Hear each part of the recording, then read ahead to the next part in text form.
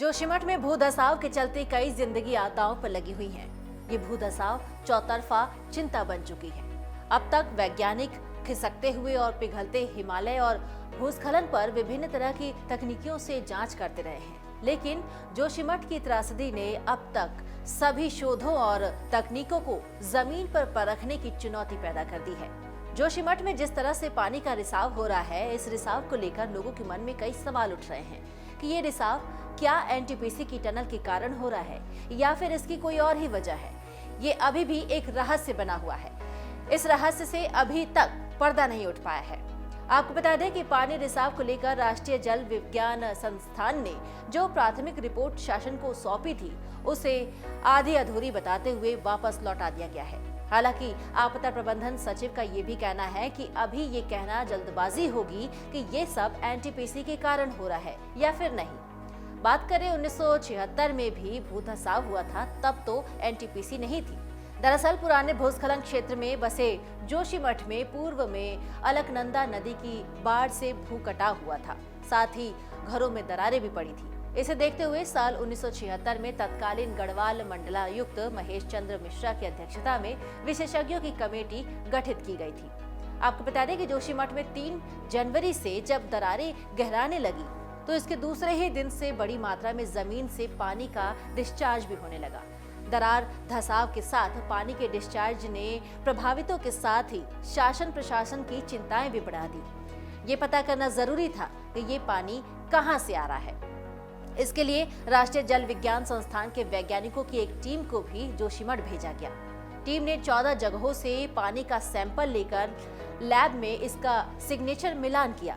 शासन को इसकी प्राथमिक रिपोर्ट सौंपी गई, लेकिन शासन ने इस रिपोर्ट को ये कहकर खारिज कर दिया कि ये आधी अधूरी है। स्थानीय लोग जोशीमठ में निकल रहे इस गंदे पानी के लिए एनटीपीसी की निर्माणाधीन टनल को जिम्मेदार मान रहे हैं। लोगों का ये भी कहना है कि जोशीमठ की धरती के नीचे से गुजारी जा रही इस टनल के कारण ही भूधसाव हो रहा है। पूरे जोशीमठ में एनटीपीसी गो बैक के पोस्टर भी चिपके हुए हैं। सरकार से लेकर वैज्ञानिकों तक इससे निपटारे का रास्ता खोजने में सब लोग जुटे हुए हैं। वहीं आईआईटी रुड़की के वैज्ञानिकों का कहना है कि विभिन्न स्रोतों से दरारों में पानी जमीन के भीतर तक जाने पर भूमि को आपस में जोड़कर रखने वाला फाइन ग्रेन मटेरियल भी बह रहा है। इसके बाद अंदर एक होलो स्ट्रक्चर यानी सुरंगनुमा जगह बन जाती है। माना जा रहा है कि कई साल पहले से ही जमीन के भीतर अलग अलग अंतराल में पानी जाने के चलते ये होलो स्ट्रक्चर बने हुए हैं। इसके ऊपर लोगों ने अपने भवन खड़े कर दिए। अब मकानों की दरारें आनी शुरू हो गई। वहीं जोशीमठ के भूधसाव का कारण जमीन के भीतर मौजूद है, लेकिन जब तक जमीन के भीतर की स्थिति को आंखों से न देख लिया जाए, तब तक इसके असल कारण को समझ पाना मुश्किल है। इस मुश्किल को आईआईटी रुड़की में मौजूद ERT मशीन आसानी से दूर कर सकती है।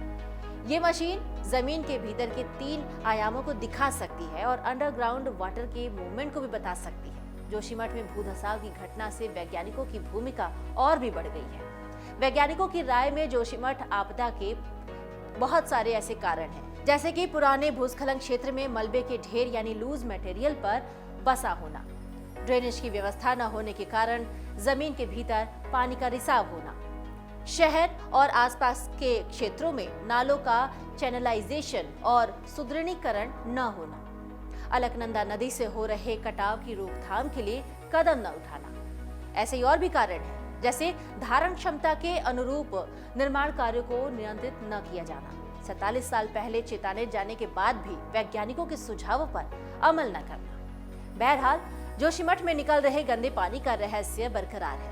इससे पर्दा उठने में अभी भी और भी इंतजार करना पड़ सकता है। राष्ट्रीय जल विज्ञान संस्थान को अब अपनी complete report nodal agency CBRI को सौंपने को कहा गया है। डाउनलोड करें अमर उजाला ऐप और पाएं खबरें लगातार। अगर आप ये वीडियो YouTube पर देख रहे हैं तो हमारे चैनल को सब्सक्राइब करें और बेल आइकन को दबाना ना भूलें। अगर आप Facebook पर ये वीडियो देख रहे हैं तो हमारे पेज को लाइक करें।